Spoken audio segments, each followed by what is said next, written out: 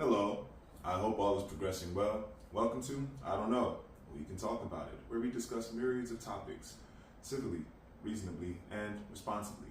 My name is Kevin Dufresne. Our first topic is about generative AI in connection with education. The article discusses a perspective from an individual with a research background in connection with AI, offering what might be beneficial with AI, though considering AI at large for what it is, technically. I find the translation, interpretation portion of the article, of the interview, in connection with AI makes sense, especially considering where the interviewee is coming from, detailing how AI works as an input reflecting output system. So the generative AI is really just taking what it receives, then working with the information to create an output. As emotionless as that may seem, the idea is that filling generative AI with languages makes AI make more sense as a language system, a language model. So I really think that is cool, though I consider nuances of language that come between humans interacting in person, and think that to a degree the generative AI may be really decent with translating and interpreting to a degree. The other side of the conversation is how generative AI is not necessarily a tool the interviewee thinks is best to use as a way to replicate what a person might do, because the possibility of that happening is very limited. It's limiting and does not offer the boundless limitlessness of what humans may offer. So looking at AI, I always feel the in-person interactions are most necessary, and that of course AI is really just open source for what many have come to experience in boundaries.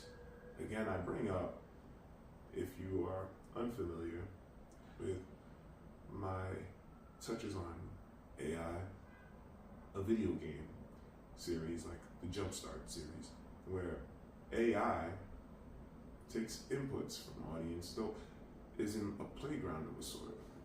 So individuals work in connection with the boundary set, not necessarily open source, though available in a safe, secure educational playground.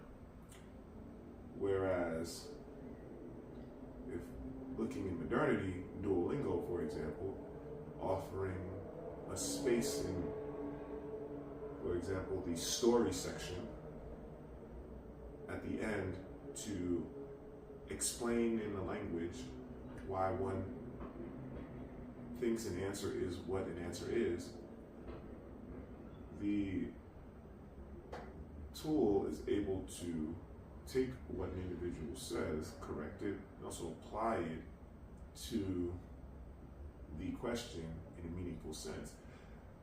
An open playground with boundaries, though working in connection with corrective parameters. Similarly, I say corrective parameters because one may argue AI connection.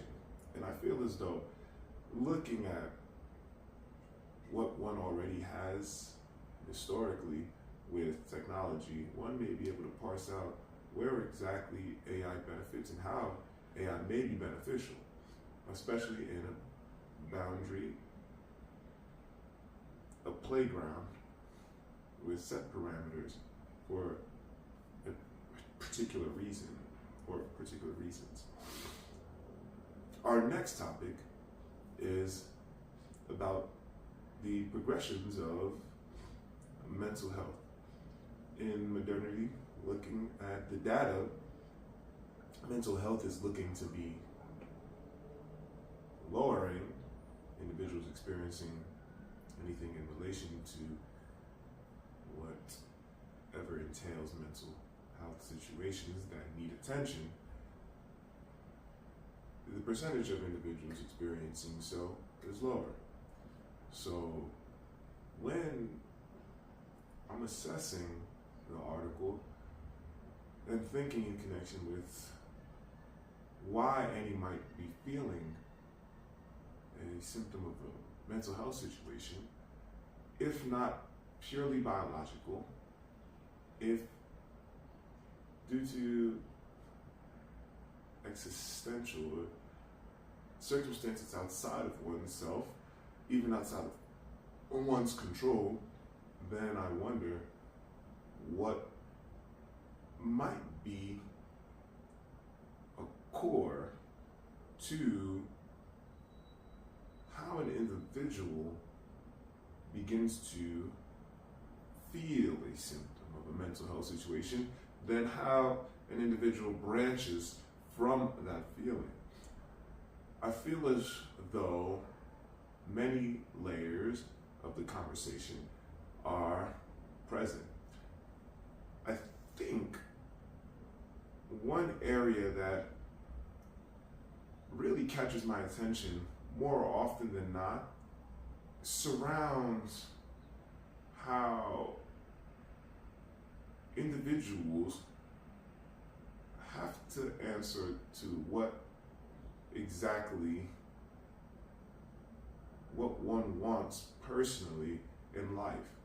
Then I think in an instance that may be very helpful to any long-term attempting to process feelings. Then I feel as though when one feels any symptoms and has life plans that one chooses, that one is successfully set up to succeed with, to accomplish, then I wonder what else in a well-rounding human sphere is one approaching. I think the other side, being relational, being social, comes into play. How deep and how real are one's relations, one's levels of intimacy? What is one assessing? What does one want? And how is one's communication toward connecting with what one wants on a social relational level? This involves many layers. I'll touch on a few.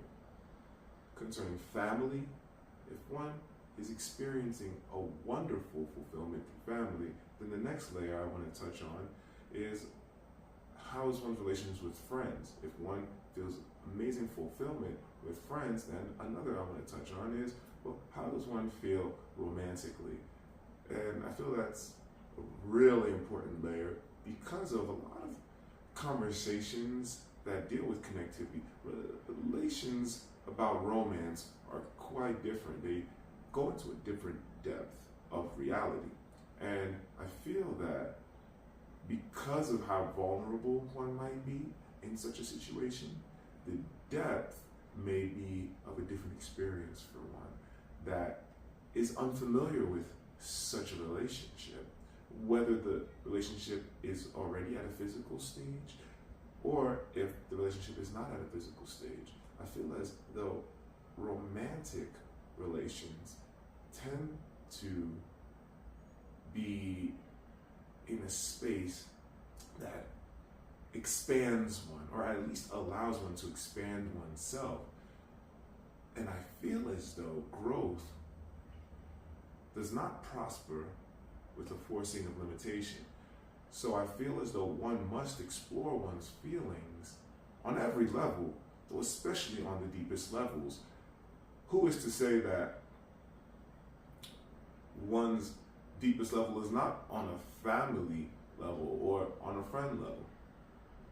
Possibilities are endless. Though I feel as though the vulnerability of a romantic relationship really sets one open in a field of boundlessness that one needs to explore, that one needs to tend to ensure one is mindful, one is sound with one's needs, with one's wants particularly. Especially because the realm of romance is fascinating and quite different to approach than friends and family and, of course, professional atmospheres. And I think I want to get into the next point about romantic relationships is how does one improve upon romantic relationships? Though, how does one improve on all levels of the relationships? I think how does one improve in general is really a key point for individuals that are even experiencing fulfillment. Though, for individuals that need to understand how to improve, also while understanding whatever one is in, the necessary approaches need to happen to ensure one is more sound with one's mind, body, and soul. Another layer is professional layer, and I feel as though a professional layer comes into play when one is looking at a career path particularly, even if in connection with long-term goals and fulfillment, the layer of what consists on a professional layer is quite different than family and friends, though a lot may connect. And I feel as though parameters are set within a professional layer that may help one navigate the layer a lot easier than other layers, because family is with boundaries and connects to one's future if one decides to have a family, if one is in that type of relationship by choice. If with friends, the boundaries do exist as well, though there are a little bit more extending boundaries with friends. Of course, I'm thinking more in a theoretical sense as well as a practical sense, though considering all situations may differ.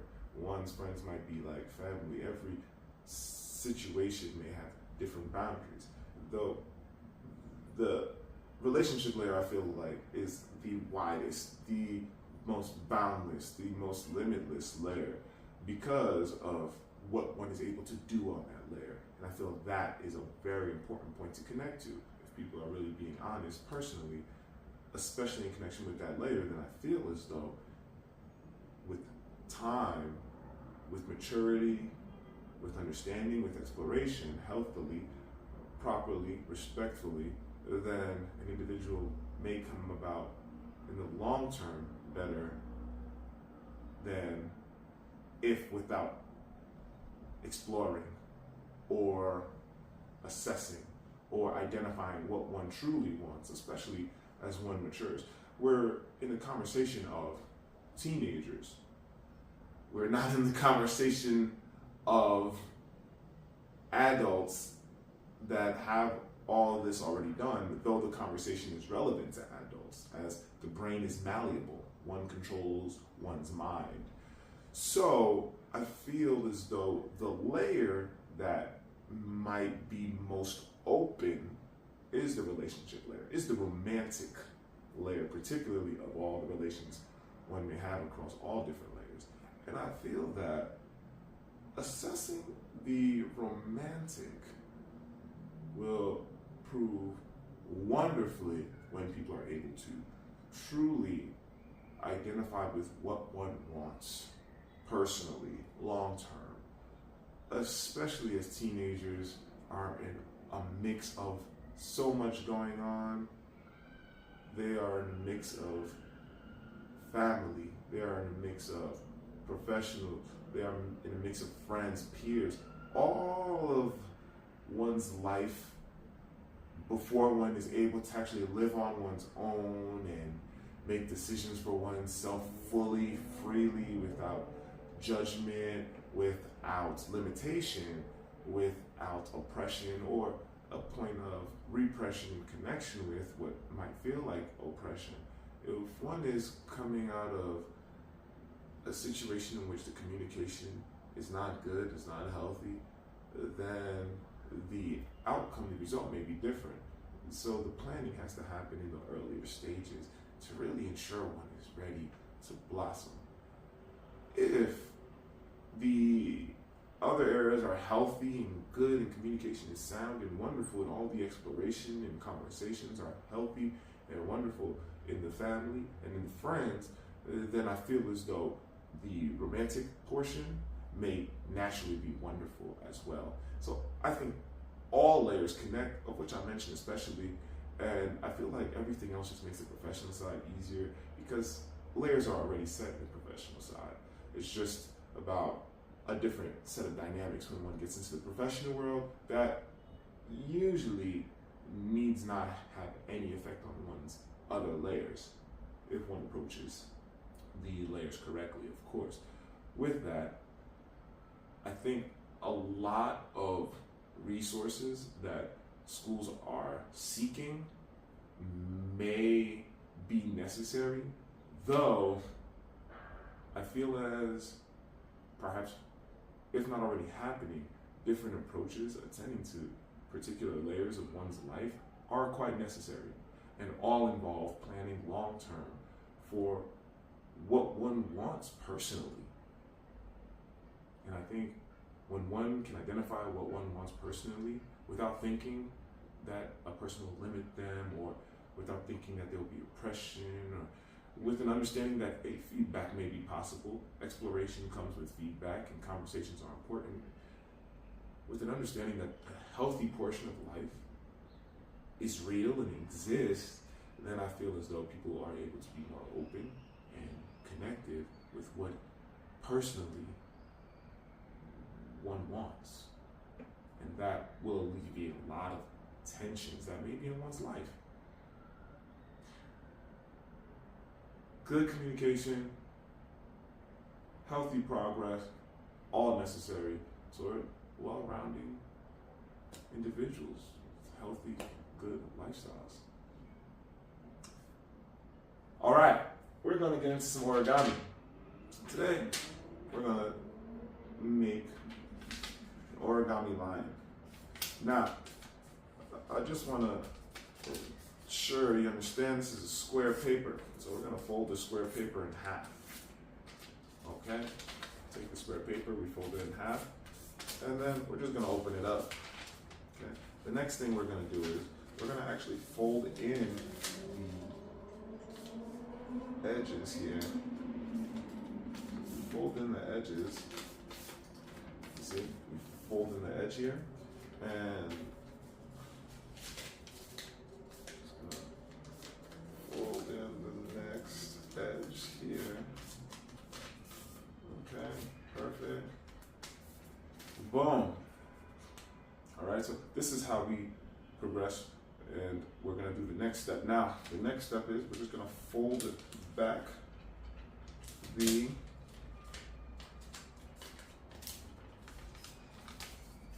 corners. You see that? Just fold it back. We're just gonna fold it back.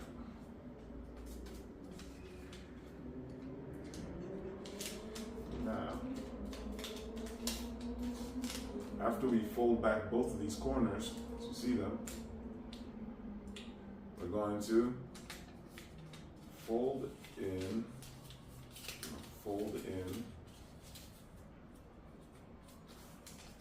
right down the middle.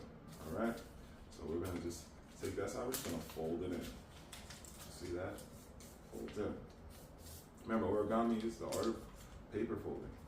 Japanese culture, and the idea is to make sure you fold them really press in. The next step is we're just going to take a nice bend here. Just gonna bring it up. So again, you see this is a diagonal line now. So just again, we're just gonna bend it up. And from here, we're gonna do that special fold.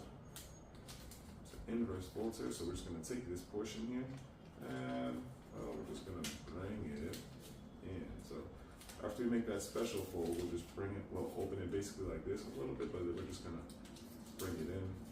We're going to bring our inverse fold in, okay? And you'll start to see the fold making the face slowly. Okay, so now that we have this inverse fold, what we're going to do is we're just going to fold in this side so we can have our face. So what you can do is just literally just fold it back right here. And again, just fold it back here. The thing is here that you get a fold on both sides, but the reality is you only really need to bring it to one side. And that's what we're eventually going to do like here. Just going to come right here with this one fold here, okay? So you can fold them on both sides, but just pick a side you like, left or right, and then just fold it in flat. It makes it easy, okay? The next thing is we're gonna fold down the triangle portion of the top of the head. We fold that down. Then we're gonna fold this little tip in, this little tip here, by the nose, right there, okay? And the next thing after that, we have our little Simba head and the little ears. So we're going to now, we're going to work on this next portion, which is the tail, well, legs as well.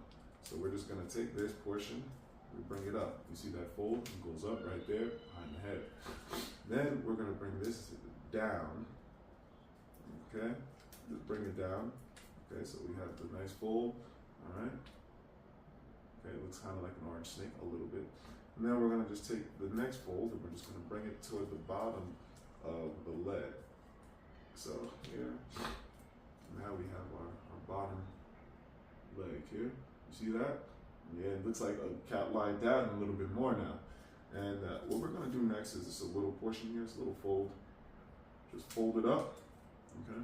We fold that little portion up, and then what we do is we're going to reverse fold this and get this in here so that we can have our points sticking up clearly. Okay. Okay, so of course you can see how to do this in the video link of the YouTube channel. And right here, voila, we have a origami lion. And if you want, of course, you can just draw on it. You can draw it. Be careful, it might bite you unless you give it some features. Just kidding. You can cuddle with it. All right, our next topic. I really appreciate reading physical books. I love encouraging reading physical books because of the long-term health benefits in connection with spatial development that are sound with becoming a well-rounded human being. The book is Essentialism. So we're looking at how Dr. McCowan approaches what makes one not only more efficient, though what makes one connect one with what is essential in one's life and what one may do with what is essential in one's life to exponentially improve one's life. I read the book because of coming through a pandemic of which essential becomes a term very popular, essential workers. And I feel that book works with what being essential means in a different light, in a healthier light.